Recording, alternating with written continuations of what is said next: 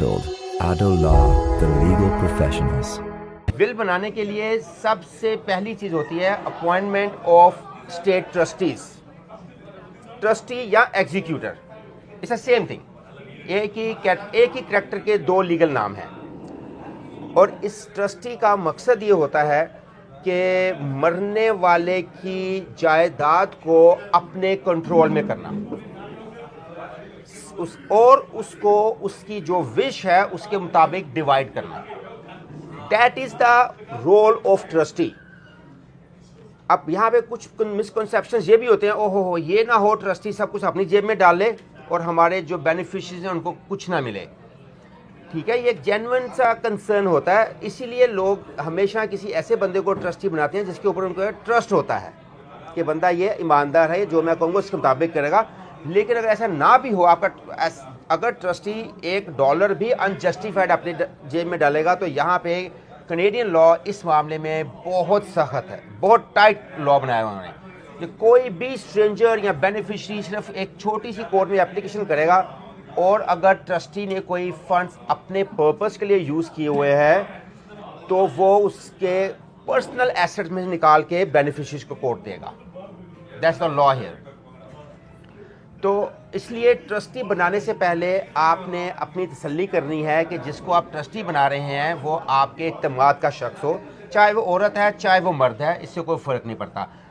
Trustee की सिर्फ 2 requirements होती हैं। एक ये कि उसकी जिस दिन हमने विल बनाई है उसकी एज 18 साल होनी चाहिए मिनिमम, और दूसरी ये कि वो साउंड माइंडेड होना चाहिए, उसको उस वक़्त कोई मेंटल हेल्थ इश्यूज़ नहीं होने चाहिए।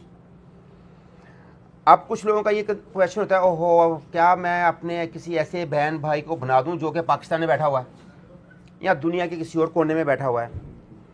अब इसकी भी ना बड़ी प्रैक्टिकल सी अप्रोच होती है। इस लोगों से मैं अगेन मेरा कुछ क्वेश्चंस मैंने रखे होते हैं लोगों से करना, अगर उसका जवाब उनके पास होता है तो वी प्रोसीड।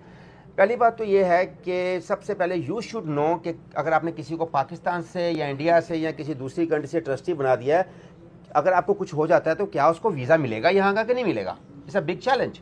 अगर आप ये समझते हैं कि वो आपकी वीज़ा ऑफिसर के पास जाएगी और ठक से वीज़ा लगा देगा, ऐसा नहीं होगा। वो फिर वीज़ा ऑफिसर की डिस्क्रिप्शन है, वो लगाए वीज़ा या ना लगाए। दूसरी प्रैक्टिकल रीज़न जो होती है, जिसको आप इवन आपका कोई बहन भाई अमेरिका में बैठा हुआ है, कहता है अमेरिका में हो तो आराम से आ जाएगा, ये सोचिए कि क्या वो अपनी फैमिली को छोड़ के, अपना बिजनेस छोड़ के क्या यहाँ पे आके आपके काम संभाल सकेगा?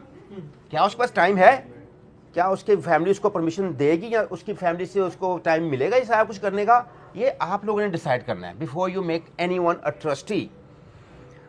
और अमूमन मेरी सजेशन अपने क्लाइंट्स को ही होती है कि प्लीज़ जब भी विल बनाए, मियाँ भी अगर मैरिड हैं तो मियाँ बीवी दोनों आए विल बनाने के लिए।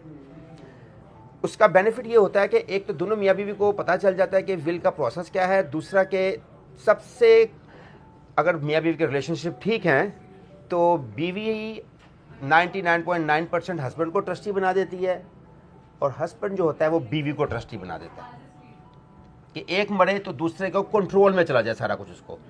इस सिचुएशन में हमेशा वी रिकमेंड कि कम से कम एक ऑल्टरनेटिव ट्रस्टी भी होना चाहिए। अब ऑल्टरनेटिव ट्रस्टी कंडीशंस वही हैं 2, 18 साल and sound minded. Number can be any, 2 बना लें, 3 बना लें, 4 बना लें, उसमें कोई रिस्ट्रिक्शन नहीं है। लेकिन वो हम उसको ऑल्टरनेटिव करते जाते हैं, सीक्वेंस में भी कर सकते हैं और ज्वाइंटली भी कर सकते हैं।